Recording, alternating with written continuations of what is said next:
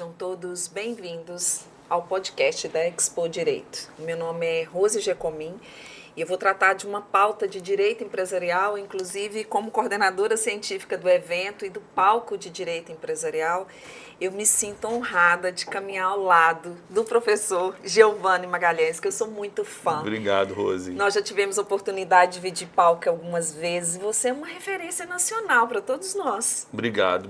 É uma satisfação estar aqui conhecendo a Rose pessoalmente. A gente já se cruzou aí em eventos virtuais da pandemia para cá, mas satisfação para a gente se encontrar na Expo Direito, né? Exatamente. E o direito empresarial, meu amigo irmão, ele nunca foi nem docinho de leite, sendo mineira, nunca foi uma matéria acessível para os alunos na graduação. Você sente isso também quando você entra em cena como professor? Ah, sem dúvida. A gente percebe, em especial na graduação, o quão o patinho feio do direito é essa disciplina. E assim, a gente percebe alguns motivos para isso, não é? Como eu costumo dizer, o direito empresarial, ele não é uma disciplina simples, mas o seu estudo ele também não precisa ser de maneira complexa.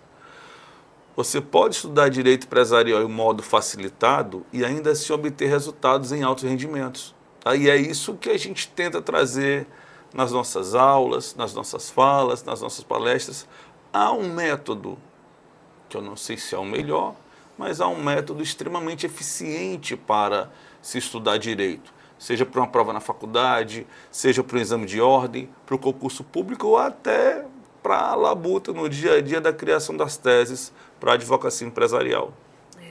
Eu compartilho o seu entendimento, mas nós temos que passar pincel fluorescente, que as suas obras, inclusive a sua obra de uma forma específica, ela é muito acessível, ela tem uma linguagem muito acessível, porque quando nós buscamos a técnica do direito empresarial, isso às vezes distancia muito da realidade, né, daqueles que estão na graduação. Então, antes de entrar no tema proposto, fala um pouquinho do seu método, como que você conseguiu chegar dentro dessa fórmula que eu considero praticamente mágica. Obrigado. Bom, isso surgiu de experiências mesmo, da gente usar a sala de aula como laboratório. Né?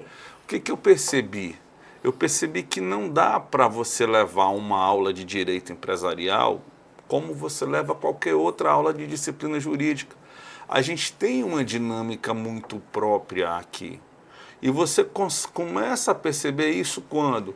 Quando você vai examinar os amparos normativos. Se você vai para os outros ramos do direito, você tem um calhamaço de entendimentos jurisprudenciais e de doutrinários que destoam muito da lei. Aqui no direito empresarial não é tanto. E aí o que a gente percebe, pensando no nosso aluno lá da graduação? Normalmente o grande objetivo dele é começar a estudar a matéria pela doutrina. Aqueles que despertam alguma questão mais pragmática ainda vão para a jurisprudência. Só que o que acontece? Indo para a vertente do estudo do concurso, se você vislumbrar, estatística mesmo, para mais de 70% das questões de direito empresarial são dispositivos legais, né? E aí é como eu costumo dizer, o que adianta você querer saber o que o Fábio Coelho fala, o que o Marlon Tomazetti fala, o que o Gladstone Tomazetti, o que o Gladstone Mamed fala, o que Rose Jacomin fala ou eu falo, se você ainda não viu a lei ou as leis sobre as quais a gente trata e a gente aborda. Então, nessa linha e tentando sempre, né, buscar aí facilitar os alunos nos concursos em conseguir tentar gabaritar essa matéria, como eu costumo dizer, mesmo odiando ela, tá? A gente criou uma estratégia em que o seu estudo ele precisa começar justamente pela letra fia da lei. Ora, se eu te dou 70% da prova e a nota de corte é sempre ali na casa dos 60 e alguma coisa, você bate a nota de corte fácil só com a questão legislativa. E aí você pode se perguntar onde é que entra a doutrina. Doutrina, para mim, pensando nesse nosso método, que a gente apelidou de método caveira, por conta do apelido do prof, a doutrina ela entra aqui em dois aspectos. No primeiro aspecto, dicionário, porque a lei tem muitos termos técnicos, e isso é um problema ou uma dificuldade, melhor dizendo, específica para a nossa matéria. Né? Se você for vislumbrar, o direito empresarial ele é extremamente técnico. A linguagem dele é refinada, é distinta da linguagem comum. Quando se olha, por exemplo, no direito civil, casamento é o que está no código, na vida real muda muito pouco, se é que muda alguma coisa. Mesma coisa no penal. Já aqui no direito empresarial a coisa já muda no nosso destinatário. Porque todos nós ouvimos falar diariamente nos noticiários um quê? Em pessoas como um Abílio Diniz, um Eike Batista, um Antônio Hermílio de Moraes como sendo de empresários, e nenhum deles efetivamente é. Então a doutrina ela serve para te dar, primeiro, essa questão mais técnica de dicionário mesmo. Tá? Quando é que você vai pensar numa jurisprudência pensando nesse estudo mais hermético, mais fechado para concurso? Quando você pegou duas doutrinas e viu divergência doutrinária.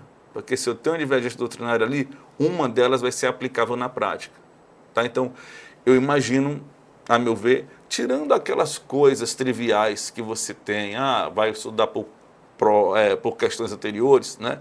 Método de estudo mesmo, de tudo que a gente já viu, de tudo que a gente já experimentou, e feedback mesmo dos nossos, né, pupilos, dos nossos alunos, esse tem sido um método extremamente eficiente. Vou à lei, né, pego o panorama geral, aquilo que é mais técnico ou aquilo que eu preciso de exemplo, eu vou buscar na doutrina, e se eu eventualmente verificar na doutrina exemplos distintos, eu vou buscar a jurisprudência para quê? Para ver qual daqueles exemplos doutrinários é o que eu estou usando na prática. Tá? E a propósito, nessa minha ideia, súmula é visto como letra de lei. Né? Súmula está positivado, tem aquilo como se fosse um artigo de lei para você tratar dele também. Gostei.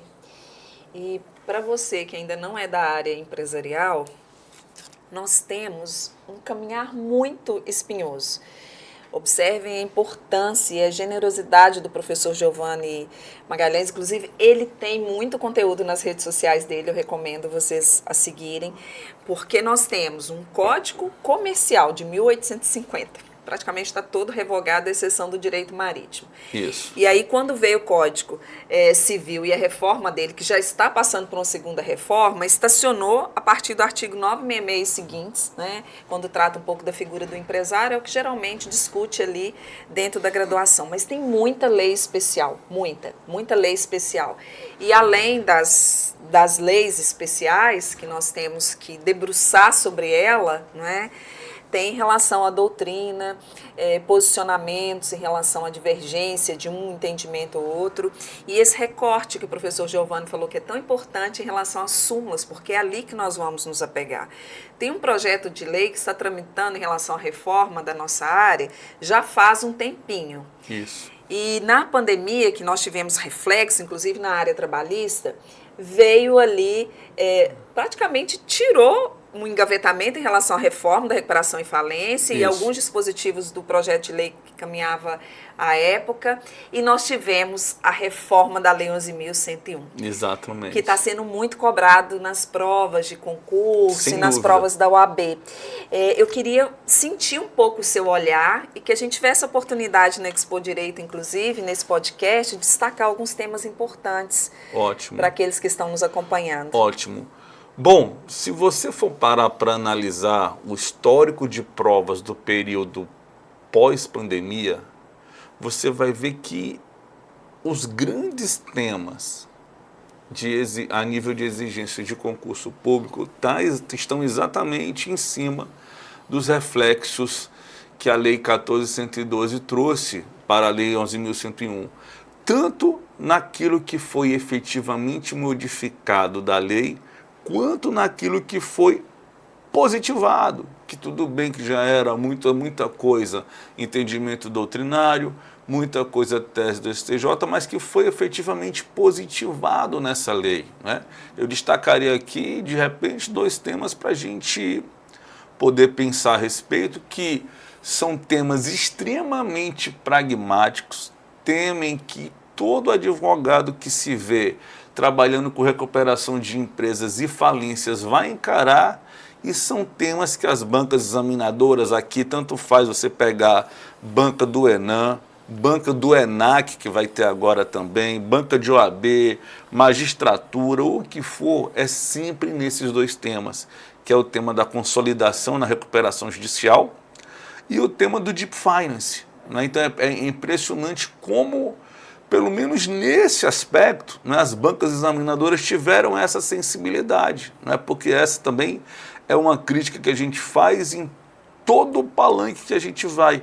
O destoamento do que a gente tem muitas vezes cobrado pela banca examinadora, com que seja o advogado, seja o servidor público em início de carreira, vai encarar ali no dia a dia, na sua ocupação profissional. Pelo menos nesse aspecto, né, a banca deu, como a gente fala aqui no Ceará, uma aplumada, né, deu uma organizada nessa linha. Que bom. E quando a gente debruça também em relação à Lei 11.101, ela não é difícil o entendimento, até porque tem outros profissionais com eixo multidisciplinar que acabam folheando muito a Lei 11.101. Exatamente. Os administradores também, nesse formato de nomeação, porque ele exerce uma função muito importante para o magistrado, né? Sim. Essa quebra em relação a deixar o administrador também muito confortável, ele tem prazos, eu vejo que mexer nessa zona de conforto também foi muito bom para a recuperação e falência. Sem dúvida. Inclusive, aproveitando a sua lembrança do administrador judicial, essa também é uma fala que eu sempre levo para tentar catequizar os nossos ouvintes, os nossos alunos, no sentido de pensar na atuação profissional com direito empresarial. Porque quando você atua normalmente nos outros eixos do direito, a sua advocacia ela se resume muito à advocacia litigiosa, à advocacia de fórum, à advocacia do balcão de vara. No direito empresarial, não, você tem um leque maior disso aqui. Você vai ter o advogado empresarialista litigioso, mas você vai ter o cara que vai trabalhar no consensual, você vai ter o cara que vai trabalhar no estratégico e você ainda tem, fundamentalmente, a função de administrador judicial. Porque se a gente for olhar, não do ponto de vista da lei, a lei admite que o juiz possa nomear para essa função um advogado, um economista, um administrador ou um contador. E normalmente isso acaba ficando para o advogado, dada a necessidade de representação judicial da massa falida, de fiscalização judicial do condicionamento do plano. E assim, eu vejo muita gente dizer, eu vou para o concurso público, porque o concurso público vai me dar um retorno financeiro. Tá? Se você tem essa perspectiva, né, do concurso público pelo retorno financeiro, talvez valha você pensar num plano B. Por quê? Para você passar num concurso de ponta, né, a menos que você seja um cara muito fora da curva, é 4, 5 anos de estudo ali naquela cantiga de grilo, né, como se fosse uma fila em que você precisasse continuar nela para chegar até o seu momento. Com 5 anos de dedicação a essa atividade de advocacia estratégica, né, pensando inclusive nessa perspectiva desse networking, vamos dizer assim, com o judiciário para efeito das nomeações, muito provavelmente esse cara vai ter um retorno financeiro, se o pensamento é esse, e eu não vou renegar aqui nada, porque o cara que é vocacionado segue a vocação. Sim. Mas tem gente que não tem essa vocação e pensa, não, eu vou por conta da questão financeira. Porque se eu passar, por exemplo, num concurso de defensoria, eu vou ser o advogado júnior da Defensoria Pública e vou ganhar 20K, 23K. Se eu for advogado júnior no privado, eu ganho 2. Né? Porém, você passar na Defensoria são 5 anos de estudo. Se você se dedicar a essa área com 5 anos, né, fazendo network com essas questões aí, como a função do administrador judicial, e o seu pensamento for financeiro, é você pensar em vir para cá. Né? Nós tivemos aqui no Ceará, há mais ou menos um mês, a falência de a recuperação judicial de uma determinada indústria. Tá? Só para administrar a recuperação judicial dessa indústria de hortifruti, etc., o administrador judicial ele vai receber de remuneração para o processo inteiro a bagatela de 1 ponto alguma coisa milhão de reais por um processo. Se você calcula, né, uma recuperação judicial tramitando aí 2 anos e meio, 3, faz essa conta. Né? Já que você está passando naquele 20K diário, faz essa conta. E esse é um só de vários casos que a gente sempre vê nessa área. Recentemente também, há não mais do que 15 dias, o meu gigante da colina, né, o meu Vasco da Gama, também entrou em recuperação judicial. Estratosféricos os números. Né? Estratosféricos os números. Então, assim, nós temos funções importantes, às vezes bem nichadas, mas importantes e que podem trazer um atrativo financeiro interessante para aquele que vem se dedicar a essa parte do direito empresarial, do direito corporativo, do direito de empresas, né? Sensacional. Há vagas, mais do que isso, há oportunidades, né? E esse rótulo... E se precisar de formação, ó, Rose e Giovana aqui para te ajudar, viu? Nós seremos incansáveis em estimular os estudos deles. Sempre. Né? E é uma área espinhosa, mas você consegue, com toda a sua generosidade, mostrar todo esse caminho. Eu também não fico medindo esforços, porque nós somos professores por essência. Isso. Não é? Professores por essência. Que dirá nessa área, né, a mais amada do direito, né? Então tem que ser raiz mesmo, né, como a gente fala. Gostei. E o que eu observei também em relação à recuperação e falência, você deve ter notado, é em relação ao tecnicismo, igual quando nós pensamos lá no Código de Processo Civil, que passou por uma reforma, que trouxe os meios de pacificação, né? Quando a gente fala de conciliação, mesmo a fase de negociação, que é a prematura ali, Isso. mas mediação e arbitragem, trazer também todo esse tecnicismo que antes ele era totalmente deserto e descoberto, né? Exatamente. Para recuperação e falência. E revisitar ainda aqueles planos de recuperação judicial, que de repente já tinha sido homologado, para verificar como que estava essa empresa em crise. Porque os indicadores, eles são muito negativos. De pensar que nós temos uma lei que ela vai abraçar, não é, determinada empresa, cumprindo todos os requisitos que tem que cumprir lá na Lei 11.101, mas ela vai abraçar, dando uma oportunidade para essa fonte produtiva continuar em pleno vigor, mas ela não consegue. Então, ali ela já passa por uma possibilidade de falência. Então, vendo o mar um pouquinho azul, igual a gente tem aqui em Fortaleza, um céu limpo, igual nós tivemos hoje de sol, Isso. Talvez esse cenário mude daqui a um tempo, né? Pelo menos a minha visão romântica. Não sei se você compartilha. Entendi. Cara, assim, pensando especificamente na área, agora e saindo da coisa mais do estudante, do concurso, pensando no profissional, eu tenho percebido que, assim, aqueles procedimentos que visam, não é, realmente superar a crise econômico-financeira, como a Lei 11.101 coloca, para isso realmente funcionar, isso precisa começar muito antes do ajuizamento da ação. Parte porque 2 problemas que a gente costuma perceber, na verdade 3, dos casos que a gente atua profissionalmente. O que tem motivado muito, pensando aqui no mercado do Ceará, recuperação? 3 pontos. Primeiro deles, o que é normal, decisões equivocadas na área gerencial, e aí, né, é um fato. Outro fato curioso é o que?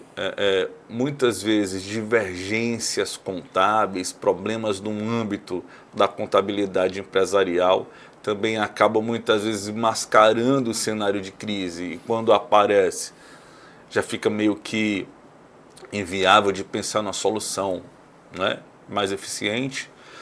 E, cara, um terceiro fator que eu acho relevante destacar é que, pelo menos aqui no nosso cenário, a gente está diante de, por mais grande que você olhe o complexo empresarial, as grandes empresas daqui, inclusive, têm muito aquela coisa de ser empresas de natureza familiar. Então, já são empresas ali de 3, 4 gerações que começaram uma operação há trocentos anos atrás. De lá para cá, tecnologia muda, o mercado muda, mas eu continuo naquela tradição clássica, muitas vezes pensando, o fundador trouxe isso dessa forma, mudar pode ser desrespeitar a memória do fundador. E aí eu acho que para a gente pensar numa recuperação relevante, esse trabalho precisa começar aqui antes. Porque se eu percebo a crise antes dela se instaurar, eu posso tentar resolver essas soluções, por exemplo, com medidas mais tranquilas, menos drásticas do que um plano, por exemplo, uma renegociação de dívidas, uma revisão judicial de contratos, até mesmo um procedimento de reestruturação societária, muitas vezes acaba resolvendo aquele cenário de crise ali. Mas quando não tem mais jeito, né, aí a gente tem que pensar justamente no cenário de recuperação de empresas e ou de falências, isso é bom notar, não é? Se você for olhar, a lei, quando trata da recuperação, ela não diz que tem que ter recuperação para toda empresa, não. Recuperação, ela vai servir para a superação de uma crise econômico-financeira. Se a sua crise não é mais superável, até por uma questão de, a gente estava falando aqui de processo civil antes da gente começar, mas até por uma questão de resultado útil do processo, se a crise não é mais superável, eu não tenho porquê ir perder tempo no andar da recuperação judicial, vamos logo para a falência. E o que o professor está ilustrando é o artigo 47 da Lei 11.101. Isso. Que é praticamente um indicador importante. Ali é uma declaração de amor, né? Isso.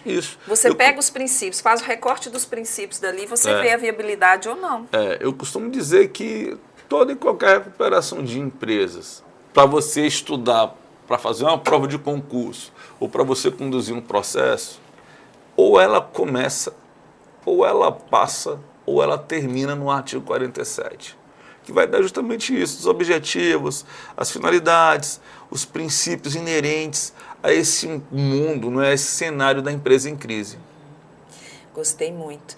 E nós entramos em cena, nós dois, de coração aberto. Quem está ali atrás das cortinas não tem noção, mas não tem combinado.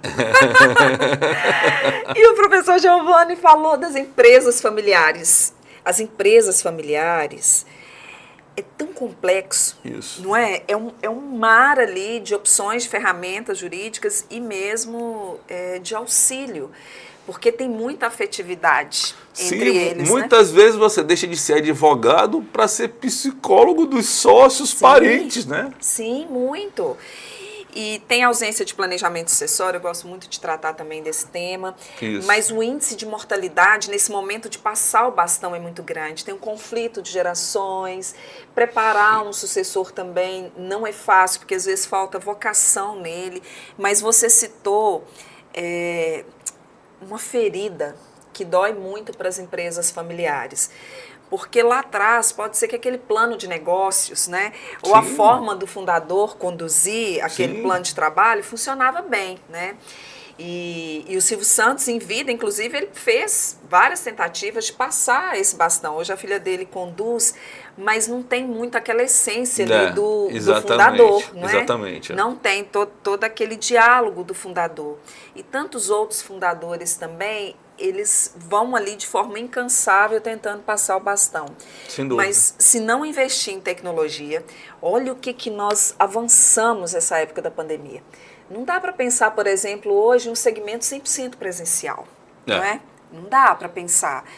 Então, a fase mais jovem, ela vem quebrando paradigmas. E tem várias empresas familiares que estão passando realmente por esse momento de crise. Isso. Mas tem uma, meu amigo irmão, que eu gosto de destacar, que é o leite de rosas. Está na 4ª geração, aquela fofura. Isso. Quem não usou, né, da nossa geração, década de 80, 90. Então, vem aquela fórmula mágica e eles começaram a lançar uma série de produtos, né? E ter uma escuta efetiva. Então, para os profissionais que pensam avançar ali, ou dedicar, ou debruçar em relação ao direito empresarial, assim como eu fiz, o professor Giovanni também, ele fez, precisa muito dessa escuta efetiva e de trabalhar sempre um eixo multidisciplinar, não é? Com outros profissionais ali caminhando ao lado. Exatamente. Estamos condenados à leitura eterna. Eu acho que nós estamos um pouquinho mais, vamos combinar. É verdade, é verdade, é verdade.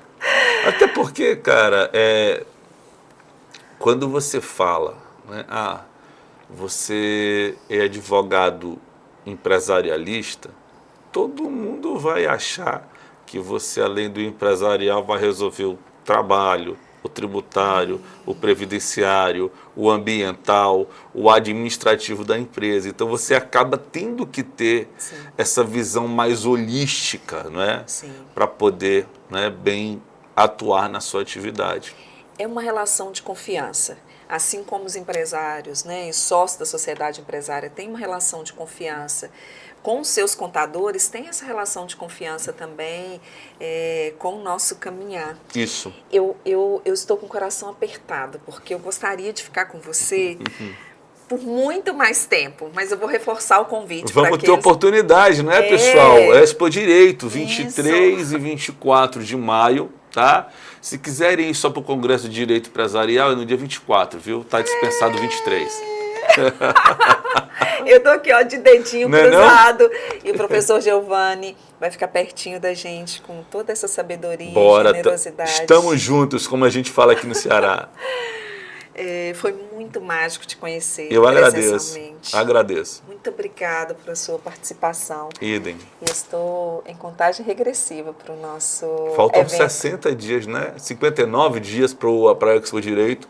Vem todo mundo para cá, hein? Vem todo mundo para cá. Estamos esperando vocês aqui no Ceará, 23 e 24 de maio, no Centro de Eventos do Ceará, para a Expo Direito.